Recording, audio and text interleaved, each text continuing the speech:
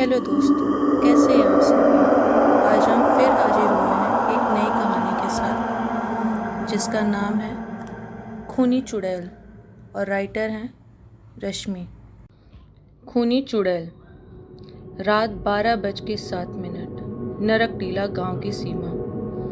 पूरा गांव अंधेरे में डूबा हुआ था। सिर्फ एक लालटेन जल रही थी, वो भी शमशान के बाहर, जहां अक्सर कोई रुकता नहीं था, लेकिन उस रात कोई रुक गया। शौर्य, शहर से लौटा युवक, 12 साल बाद नरकटीला आया था अपने पुरखों की जमीन देखने, पर गांव के बाहर ही उसके बाइक का टायर पंचर हो गया।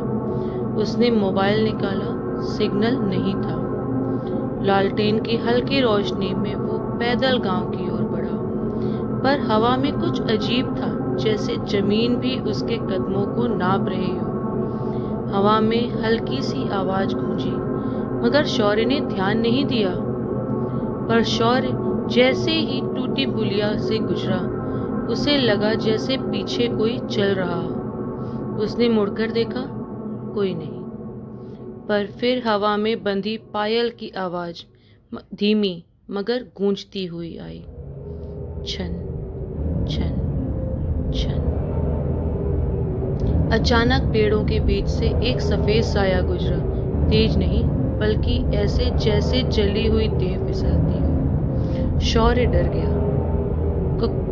कौन है वहां? उसने डरते हुए पुकारा। कोई जवाब नहीं, पर पीछे से किसी ने फुसफुसाया, मत लौटो शौर्य, अब देर हो चुकी है। शौर्य कुछ भी समझ नहीं पाया और जैसे तैसे डरते हुए शौर्य गांव के बीच पहुंचा। वहां सब बंद था, कोई बाहर नहीं, कोई आवाज नहीं।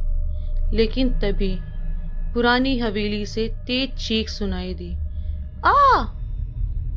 उस आवाज को सुनकर शौर्य डर सा गया, मगर हिम्मत जुटाकर शौर्य भागकर वहां पहुंचा। दरवाजा खुला था। अंदर एक लड़की दीवार पर उल्टी टंगी थी। उसके बाल नीचे लटक रहे थे और उसके चेहरे पर किसी ने 5 अंगुलियों से खून से लिखा था, मैं लौट आई हूं। वो लड़की धीरे धीरे हिल रही थी, पर उसकी आंखें सफेद हो चुकी थी और मुंह से फटे हुए गले की सी आवाज निकली। तू वही है ना जो मुझे छोड़कर भाग गया था, अब लौट आया? उसकी आवाज बेहद भयानक थी। शौर्य उसे देखकर बुरी तरह से डर गया। उसने किसी तरह खुद को होश में लाया। फिर शौर्य पीछे हटते हुए वहां से भागा और भागते भागते वो गली के नुक्कड़ पर पहुंचा। वहां पर उसे बाबा धनीराम दिखे, गांव के सबसे बूढ़े और शायद सबसे जिंदा दिखने वाले मुर्दा। बाबा ने कांपते हाथों से उसे पकड़ लिया। क्यों आया तू वापस? तुझे नहीं पता, उसकी आत्मा अब चैन से नहीं सोती। हर पूर्णिमा को वो किसी का खून पीती है, और आज वही रात है। शौर्य हंसने की कोशिश करता है। ये सब कहानी है, डराने वाली बात है बाबा। बाबा की आंखें लाल हो जाती हैं। मसान के नीचे अब भी उसकी देह अजली दबी है और उसका नाम है गुलजारी। अब वो सिर्फ नाम नहीं रही, अब वो एक चुड़ैल है, खूनी चुड़ैल। शौर्य ये सुनकर दंग रह गया। गांव का रामचरण, जो हवेली के पास शराब पी रहा था, उसे उस रात आखिरी बार देखा गया। सुबह कुएं से उसकी आधी लाश मिली, सिर्फ कमर तक का शरीर, बाकी का हिस्सा कहीं नहीं था। उसके सीने पर वही शब्द, गुलजारिन लौट आई है। इधर शौर्य की नींद नहीं लगी। रात को उसने खिड़की से देखा, हवेली की छत पर वही लड़की गले में उलझे बाल, मुंह से काला धुआं निकालते हुए घूम रही थी।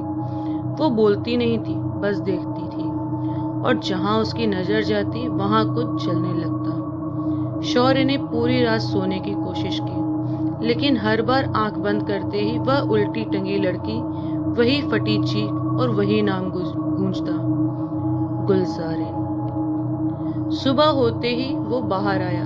गांव में सन्नाटा था। पर लोग खिड़की के पर्दे से झांक रहे थे। तभी मंदिर की घंटी बजी, लेकिन कोई पूजा नहीं कर रहा था। गांव का छोटा बच्चा गोविंद, जो रात को अपने पिता के साथ खेत गया था, सुबह कुएं में मिला। पर यह कोई आम मौत नहीं थी। उसका चेहरा झुलसा हुआ था, जैसे किसी ने गर्म तेल में डुबोया हो, और दीवार पर खून से लिखा था, दूसरा कर्ज भी चुका दिया, तीसरा किसका होगा। गांव में औरतें चीखने लगी, बच्चों को घर में बंद कर दिया गया। शौर्य को कुछ समझ नहीं आया। शौर्य को पुरानी हवेली में कुछ खींच रहा था। उसे एहसास था कोई उसे बुला रहा है, या कहो उसे उकसा रहा है। जब वो अंदर गया, धूल भरे कमरे में एक लकड़ी की संदूकची मिली। उस पर खूबसूरत मगर जली हुई डायरी थी, जिस पर लिखा था, गुलजारें। मेरा नाम गुलजारेन है। मैं नरक टीला की हूँ, और मैं किसी तांत्रिक की बेटी नहीं, मैं एक प्रेमिका हूँ। पर वो जो मुझसे प्यार करता था, उसने मुझे गांव वालों के सामने डाकिन कहा, और फिर मुझे जला दिया गया। मैं मरी नहीं, मैं टुकड़ों में बट गई, और अब हर टुकड़ा किसी की जान लेगा। ये सब पढ़कर शौर्य भय से कांप उठा। शौर्य डायरी लेकर बाबा के पास पहुंचा। बाबा की आंखें कांपने लगी। मत खोल उसकी बातों का पिटारा, वो तुझे भी खींच ले जाएगी उसी अंधेरे में। शौर्य ने पूछा, क्या आप जानते थे गुलजारिन को? बाबा का गला सूख गया। वो मेरी ही गलती थी। मैं गवाह था जब उसे गांव वालों ने जिंदा जला दिया, और तब वो चिल्लाई थी, एक एक करोगे तो मैं 100 मौतें लूंगी। बाबा को बात उससे उस समय समझ भी नहीं आई। रात के ठीक 3:33 पर शौर्य की नींद टूटी। खिड़की के बाहर हवेली की दीवार से लाल धुआं निकल रहा था। वो भागा और अंदर गया। वहां एक कमरा अब खुला था, जो दिन में बंद मिला था। अंदर दीवारों पर सैकड़ों नाखूनों के निशान, जैसे किसी को अंदर कैद कर तड़पाया गया हो, और कोने में एक लाश जिसका चेहरा गायब था। शौर्य, तुमने मुझे देखा, पर बचा नहीं पाओगे। तीसरा नाम तुम्हारा है। शौर्य चीख पड़ा। पीछे देखा तो गुलजारिन खड़ी थी, आधा चेहरा जला हुआ, मुंह से खून की लकीर, और हाथ में वही भुना हुआ दिल जिसे वो फूंक रही थी। शौर्य भागा, पर गांव के रास्ते बंद थे। हर गली में कोई न कोई भूतिया आकृति दिखती, और मंदिर के सामने 3 औरतें बिना सिर के चुपचाप जमीन पर बैठी थीं।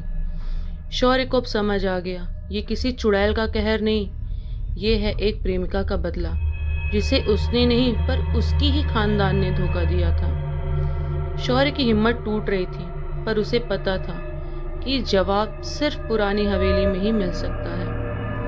रात के 3:30 बजे के बाद हवेली के कोने में दीवार अपने आप दरकने लगी। नीचे की ओर जाती सांप जैसी सीढ़ियां खुली, जैसे वो तहखाना अब शिकार को बुला रहा हो। शौर्य नीचे उतरा। हर कदम के साथ हवा भारी होती जा रही थी, और दीवार पर जले हुए हाथों की छाप। दीवारों पर लिखा था, मैं गुलजारेन हूँ, जिसे जिंदा जलाया गया क्योंकि मैंने एक ब्राह्मण से प्रेम कर लिया था। वो वादा करके भाग गया, और मेरी कोख में उसका खून पल रहा था। मेरी चीखें उन्होंने दीवारों में कैद कर दी, लेकिन मेरी आत्मा अब हर सांस में उतर चुकी है। शौर्य ने जैसे जैसे तहखाने में कदम बढ़ाया, एक टूटे आईने में गुलजारिन की अधूरी छवि दिखाई दी। वो बोलने लगी, तो उसका वंशज है शौर्य, उसी राजेश पांडे का, जिसने मुझसे 7 जन्मों का वादा किया था, और अगले दिन मुझे चुड़ैल कहकर गांव वालों से जलवा दिया। मैं सिर्फ प्रेमिका थी, पर उन्होंने मुझे डाकिन, डायन और अपवित्र कहा। मैं तुझसे बदला नहीं, तेरे खून का संतुलन मांग रही हूँ। ठीक उसी समय गांव के चौकीदार कैलाश की लाश पुरानी पाठशाला के सामने मिली, पर ये मौत पहले जैसी नहीं थी। उसके मुंह में गुलजार फूल ठूंस दिए गए थे, आंखें चौड़ी खुली, जैसे वो मरते वक्त देख रहा था। गुलजारिन को हंसते हुए। दीवार पर फिर खून से लिखा था, अब बचेंगे सिर्फ वे जिनके भीतर पाप नहीं, और ऐसे लोग नरक टीला में नहीं रहते। शौर्य गुस्से में बाबा के पास पहुंचा। आपने क्यों नहीं बताया कि राजेश पांडे मेरे दादा थे? क्यों छिपाया कि गुलजारिन आपसे मदद मांगती रही? क्यों उसे मरे हुए 33 साल हो गए फिर भी वो जिंदा है? बाबा चुप थे, फिर बोले, क्योंकि नरक टीला ने उसकी मौत नहीं देखी, उसका कत्ल किया।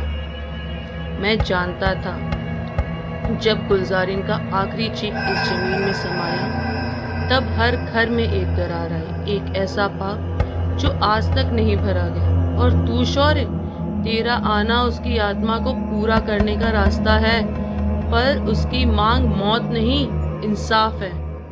शौर्य हवेली में पहुंचा। वहां उसे एक नई लड़की दिखाई दी, उसकी आंखों में आंसू, पर चेहरा गुलजारिन से मिलता जुलता। मैं हूँ शबनम, गुलजारिन की छोटी बहन। मैं वो हूँ जिसे गुलजारिन ने मरते वक्त बचाया, और अब मैं उसे मुक्त करना चाहती हूँ। पर इसके लिए तुझे उस मंदिर की नींव खोदनी होगी जहाँ उसकी हड्डियाँ छुपाई गई हैं। गुलजारिन को जलाकर उसकी हड्डियाँ गांव के नए मंदिर की नींव में डाल दी गई थी, क्योंकि मान्यता थी कि चुड़ैल की हड्डियों से मंदिर बनाओ तो वो किसी को नहीं सताती। पर वो लोग भूल गए, गुलजारिन आत्मा नहीं, प्रेम थी, उसे बांधना मुमकिन नहीं था।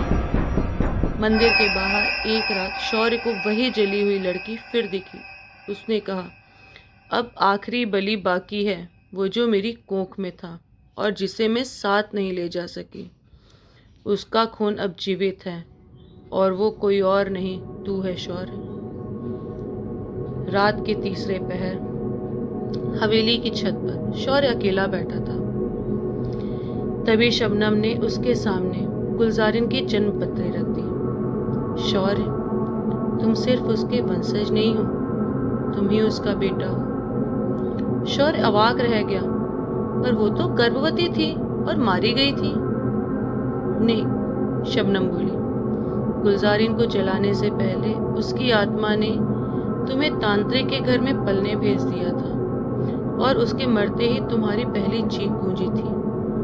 तुम उसके अंतिम रक्त हो, और अब तुमसे ही उसकी आत्मा को मुक्ति मिलेगी, या वो तुम्हें भी अपने साथ खींच ले जाएगी। शौर्य और शबनम गांव के मंदिर पहुंचे। वहां पुरोहितों ने बहुत रोका, पर शबनम ने सबके सामने राजेश पांडे की चिट्ठियां पढ़ी, जिसमें उसने स्वीकारा था, मैंने गुलजारिन से प्रेम किया, पर समाज के डर से उसे चुड़ैल कहलवाया। मैं दोषी हूँ और जानता हूँ वो एक दिन वापस जरूर आएगी। गांव का डर अब पछतावे में बदल गया। मंदिर की नींव तोड़ी गई और अंदर से निकली जली हुई हड्डियां और एक काले धागे से बंधा मरा हुआ भ्रूण। शबनम जैसे ही हड्डियां उठाती है, पूरी गांव की हवा ठंडी पड़ जाती है। अचानक चारों दिशाओं में आग की लपटें उठने लगती हैं। गुलजारिन की आत्मा सामने आती है। चेहरा अब शांत है, पर आंखों से लहू गिर रहा है, और उसकी आवाज सीधे शौर्य के हृदय में गूंजती है। मुझे न्याय नहीं, मेरा बच्चा चाहिए। तेरा जीवन या मेरी मुक्ति?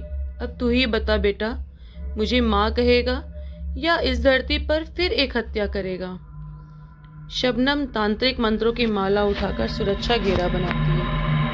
शौर्य, तुम्हें अपना रक्त देना होगा, तभी उसकी आत्मा को मोक्ष की ओर ले जा सकते हो। शौर्य कांपता है, रक्त दूंगा तो मर जाऊंगा। शबनम, अगर मैं मर गया तो? शबनम की आंखें भर आई। शायद तुम नया जन्म पा पाओ, लेकिन अगर ना दिया तो गुलजारिन अब सिर्फ एक माँ नहीं रहेगी, वो बनेगी पिशाचिनी, और नरक टीला फिर कभी चैन नहीं देख पाएगा। शौर्य ने आगे बढ़कर गुलजारिन की हड्डियों को हाथ में लिया। फिर उसने वही काला धागा अपने गले में बांधा और कहा, माँ, तुझे माफ नहीं कर सकता क्योंकि तू बदला लेने आई थी, लेकिन मैं तुझे आज़ाद कर सकता हूँ क्योंकि तू एक माँ थी और मैं तेरा बेटा। उसने अपनी हथेली चाकू से काटी और रक्त हड्डियों पर टपकाने लगा। गुलजारिन की चीख गूंजी, घर में और अब मैं जा सकती हूँ। हड्डियां आग में घुलने लगी। गुलजारिन की आत्मा ऊपर उठती गई, धीरे धीरे जैसे राख बदल रही हो। पर ठीक उस वक्त गांव की एक बच्ची सुजाता बेहोश होकर गिर गई। उसके मुंह से आवाज निकली, ये तो सिर्फ शुरुआत थी। अब मैं औरत नहीं, अब मैं तंत्र हूं। गुलजारिन की आत्मा को मुक्ति मिली या नहीं, ये किसी को नहीं पता, लेकिन नरक टीला की हवाओं में अब भी कभी कभी गुलजार की खुशबू आती है। और फिर अचानक लाल रंग की राख उड़ने लगती है। शौर्य बच गया, पर उसके बाल अब सफेद हो चुके हैं और वो अब सिर्फ चुप रहता है। कहते हैं वो अब हर पूर्णिमा को मंदिर में अकेला बैठा मिलता है। नरक टीला 1 महीना बाद। मौसम बिल्कुल साफ था, पेड़ सूखे नहीं थे और हवा में डर की वो महक भी नहीं थी। गांव में सब कुछ सामान्य लग रहा था, पर सिर्फ दिखने में। सुजाता जो अब वो नहीं रही, 10 साल की नन्ही सुजाता जो उस रात बेहोश हुई थी, अब बिस्तर पर लेटी नहीं रहती है, बल्कि दीवारों पर चढ़ जाती थी। एक रात उसकी माँ ने उसे खिड़की पर उल्टा लटकते देखा। उसकी आंखें लाल थी और वो फुसफुसा रही थी, माँ, अब मैं तेरी बेटी नहीं, मैं अब फिर से आई हूँ। शौर्य जो साधारण नहीं रहा। शौर्य अब मंदिर में रोज दीपक जलाता है। उसने किसी से बात करना बंद कर दिया है। उसकी उंगलियों पर तिलक नहीं, राख के निशान है। शबनम एक रात उसे मंदिर की छत पर बैठा देखती है। वो बड़बड़ा रहा होता है, गुलजारिन तो चली गई, पर उसने मुझ में कुछ छोड़ दिया है। मैं अब अपनों में किसी और की यादें देखता हूँ। वो तांत्रिक, वो जलती लाशें, वो चेहरों को चाटती आत्माएं। गांव का नाई बिरबल जो हमेशा चुड़ैल की कहानियां बनाता था, एक दिन खेत में मिला बिना आंखों के। उसकी दोनों आंखों की जगह 2 छोटे गुलाब के फूल रखे थे और जमीन पर फूल से लिखा था, मुझे नाम से बुलाया गया, अब मैं हर नाम में बसूंगी। बाबा धनीराम की अंतिम चेतावनी। बाबा बहुत कमजोर हो गए थे। उन्होंने एक दिन शबनम को बुलाया, बेटी समझो ये। तब मिलते हैं जल्द ही एक नई कहानी के साथ। तब तक अपना और अपने परिवार का ख्याल रखें, क्योंकि कोई और तो रखने आएगा नहीं। शुभ रात्रि।